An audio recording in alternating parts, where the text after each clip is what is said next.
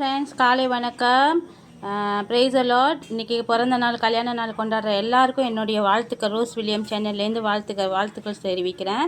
இன்றைக்கி நம்ம என்ன செய்ய போகிறோன்னா, நீங்கள் பாருங்கள், நான் மீன் முள் வாங்கிட்டு வந்திருக்கிறேன். மீன் முள்ளை போட்டு ஒரு குழம்பு வைக்க போகிறேன். வாங்க பார்க்கலாம். இங்கே என்னென்ன வச்சுருக்கேன்னா, வெந்தயம், ஜீரகம், மிளகுத்தூள், அப்புறம் சோம்பு, இது 3 வச்சுருக்கிறேன்.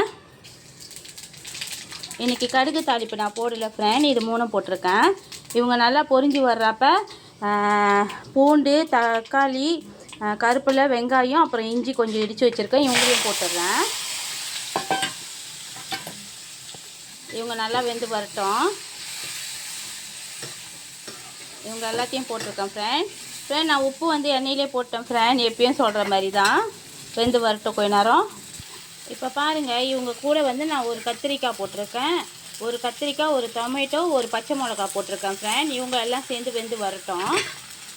இப்போ பாருங்கள், இவங்க நல்லா வெந்து வந்துட்டாங்க. இந்த டைமில் நான் என்ன செய்கிறேன்னா, இங்கே மிளகாய் தூள், மல்லி, கருப்பில், அப்புறம் மரப்புளி எடுத்து வச்சுருக்கேன், பட்டைப்புளி. இவங்க எல்லாத்தையும் ஒன்றா போட்டுடுறேன். பாருங்கள் ஃப்ரெண்ட், நான் சொல்லியிருந்தேன்ல மீன் எலும்புன்னு. நீங்கள் மீன் கடையில் போய் பார்த்தீங்கன்னா இந்த மாரி எலும்பு இருக்கும் ஃப்ரெண்ட். வாங்கி சமைச்சு பாருங்கள், அவ்வளோ டேஸ்ட்டாக இருக்கும் ஃப்ரெண்ட். இதையும் இப்போ இவங்க கூட சேர்த்துடலாம். பாருங்க, மீன் எலும்பையும் இவங்க கூட சேர்த்துட்டேன். இது மீன் இல்லை ஃப்ரெண்ட், மீனோட எலும்பு. கருவாடுக்கெல்லாம் காய் வைப்பாங்களா அந்த எலும்பு ஃப்ரெண்ட். ஆனால் இது ஃப்ரெஷ்ஷான மீனோட எலும்பு. இவங்களையும் அந்த கறி கூடயே சேர்த்து போட்டு நல்லா கொதி வர்ற வரைக்கும் வெயிட் பண்ணுவோம், வெந்து வர்ற வரைக்கும். இந்த பாருங்க, இந்தமாரி நல்லா வெந்து கொதித்து வர்றப்ப எப்பயும் போல் நான் என்ன செஞ்சுருக்கிறேன்னா, தேங்காய் பால் இருக்குல்ல, தேங்காய் பூ வாங்கிட்டு பிளேண்டில் அரைச்சி பாலாக்கி இதில் ஊற்ற போகிறேன்.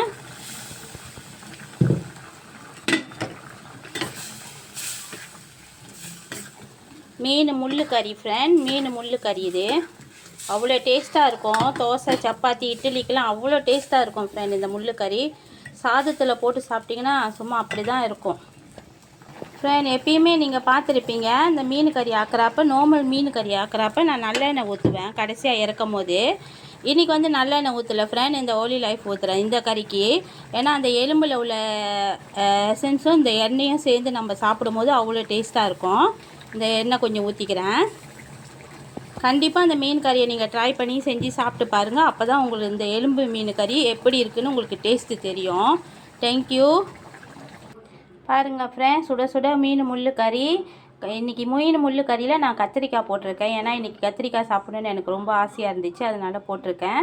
அப்புறம் பாவக்காய் பெரட்டை, சின்சாரு மீன் பொரிச்சிருக்கிறேன். வாங்க ஃப்ரெண்ட்ஸ், சாப்பிட்லாம். ரொம்ப நன்றி ஃப்ரெண்ட், இவ்வளோ நேரம் என்னோடய சேனலை பார்த்ததுக்கு. மறந்துடாமல் ஷேர் பண்ணுங்கள், லைக் பண்ணுங்கள், சப்ஸ்கிரைப் பட்டனையும் பெல் பட்டனையும் கண்டிப்பாக அமுத்திடுங்க ஃப்ரெண்ட். ரொம்ப நன்றி ஃப்ரெண்ட். தேங்க்யூ, பாய்.